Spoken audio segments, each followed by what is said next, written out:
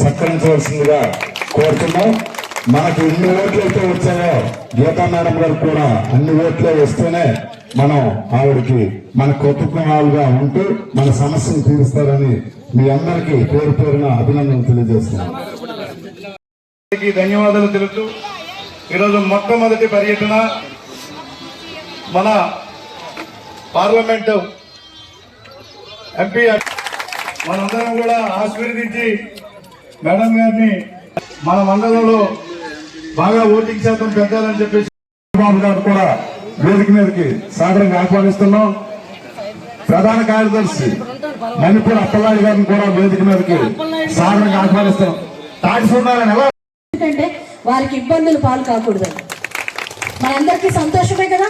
పెద్దవారికి 70 సంవత్సరాలు దాటిన వారికి 5 లక్షల రూపాయలు సంవత్సరానికి వైద్యానికి అయ్యే ఖర్చు నరేంద్ర మోడీ గారు ఇస్తున్నారు. ఇది చారిత్రాత్మకంగా ఇప్పుడు వరకు ఏ ఇన్సూరెన్స్ కంపెనీ కూడా ఇవ్వలేదమ్మా. 70 ఏళ్ళు దాటిన తర్వాత వీళ్ళకి ఏదో ప్రాబ్లమ్స్ వస్తాయి అని చెప్పి ఇన్సూరెన్స్ కూడా కవర్ చేయరు. అట్లాంటిది ఆలోచిస్తున్నారు. అలాగే ముద్రా లోన్, ఇంతకు ముందు చిన్న చిన్న లోన్స్ ఇచ్చేవారు 5 లక్షలు. ఇప్పుడు ముద్రా లోన్స్ ప్రతి ఒక్కరికి 20 లక్షల చొప్పున ఇవ్వడానికి రెడీ అయ్యారు నరేంద్ర మోదీ గారు. అలాగే ప్రతి ఒక్కరికి సొంత ఇంటి కళ. ఈ నెక్స్ట్ 5 సంవత్సరాల్లో ప్రతి ఒక్కరికి సొంత ఇళ్ళు ఉండాలి. ప్రతి ఒక్క గిరిజనులు వాళ్ళ కాళ్ళ మీద నిలబడాలి. ఇంటింటికి మంచి నీరు సౌకర్యం కల్పించాలి. రైతులకి ఎట్టి పరిస్థితుల్లో వాళ్ళ పంటలకి సౌకర్యాలు కల్పించి నీటి సౌకర్యం కల్పించాలి. రైతులకి కిసాన్ ఎన్నో రకాలైన పథకాలు తీసుకొచ్చి మీ అందరికీ అందుబాటులో తీసుకురావడానికి ప్రతి ఒక్క విషయంలో ఇప్పుడు సర్పంచ్ నిధులు చూస్తే మనం సర్పంచ్ నిధులన్నీ మళ్లింపబడి చాలా మంది మనం అంతా యాజిటేషన్స్ చేసాం. సర్పంచ్ నిధులు లేవు, మన రోడ్లు వీధి దీపాలు లేవు, ఎందుకంటే కరెంటు బిల్లు అని చెప్పి కట్ చేసేస్తున్నారు. ఈ రోజు చెప్పాలంటే వీధి దీపాలకి సోలార్ ప్యానల్స్ తోటి LED ల్యాంప్స్ ఇచ్చింది సెంట్రల్ గవర్నమెంట్. అలాగే చాలా రకాలైన సౌకర్యాలు సెంట్రల్ గవర్నమెంట్ ఇస్తుంది. కాబట్టి అవన్నీ వినియోగించుకోవాలంటే మన రాష్ట్రంలో కూడా డబుల్ ఇంజిన్ సర్కార్ రావాలి. అండ్ పవన్ కళ్యాణ్ గారు చక్కగా ఏసీ రూమ్ లో కూర్చుని ఆయన జీవితం ఆయన హాయిగా సినిమా షూటింగ్లు చేసుకుని గడపచ్చు.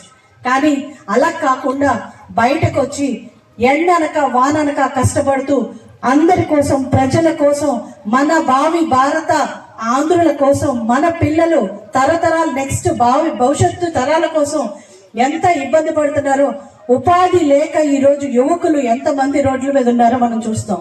మనం ఆలోచిస్తే ఈరోజు జాబ్ క్యాలెండర్ ఇస్తానన్నాడు, క్యాలెండర్ లేదు. మీ క్యాలెండర్ కూడా వచ్చాడు, జాబ్ మాట దేవుడేరు, జాబ్స్ లేవు. మన ఇంట్లో పిల్లలకి మనం రోజు అధిక క్వశ్చన్స్ అడగడంలో కానీ, అధికమైన మన సమస్యల్ని పార్లమెంట్ దృష్టికి తీసుకురావడంలో కానీ, అధికంగా పార్లమెంట్ అటెండ్ అవడంలో కానీ 97%, 97% అటెండెన్స్ తోటి 25 మంది ఎంపీల్లో ఒక ప్రథమ స్థానంలో నిలబడ్డాను. బహుశా అదే నాకు ఈ రోజు నరేంద్ర మోదీ గారి ఆశీస్సులు దొరకడానికి కారణం ఏంటంటే, నేను ఎంత చిత్తశుద్ధిగా పనిచేశానో ఆ చిత్తశుద్ధిని చూసే ఈ రోజు అరకు పార్లమెంట్ ని బీజేపీ తీసుకుని 100% నేను గెలిస్తే గిరిజనులకు మంచి జరుగుతుందని చెప్పి నరేంద్ర మోదీ గారు నమ్మి నాకు ఈ బాధ్యత అప్పచెప్పడం జరిగింది. బీజేపీలో పదవులన్నా ఎప్పుడు కూడా బాధ్యత కానీ అలంకారం కాదు. ఎందుకంటే బీజేపీ పెద్దలను చూస్తే అర్థమవుతుంది. నిన్న మంత్రి గారు వచ్చారు, ఆయన 3 గంటలకి లేచి హైదరాబాద్ లో బయలుదేరి ఇక్కడ 7 గంటలకి దిగి మళ్ళీ మన మీటింగ్ అటెండ్ అయ్యి మళ్ళీ రాత్రి 11 గంటల ఫ్లైట్ తీసుకుని 1 గంటకు వెళ్ళడం జరిగింది ఢిల్లీ. అంటే 2 గంటలు కూడా నిద్రపోకుండా అహర్నిశలు కష్టపడే నాయకులు బీజేపీలో ఉన్నారని చెప్పడానికి నేను చాలా గర్వపడుతున్నాను. ప్రజల కోసం 24 గంటలు కష్టపడడానికి సిద్ధమైన నరేంద్ర మోదీ గారి ఆదర్శంలో నరేంద్ర మోదీ గారికి సొంత ప్రయోజనాలు ఏమీ ఉండవు.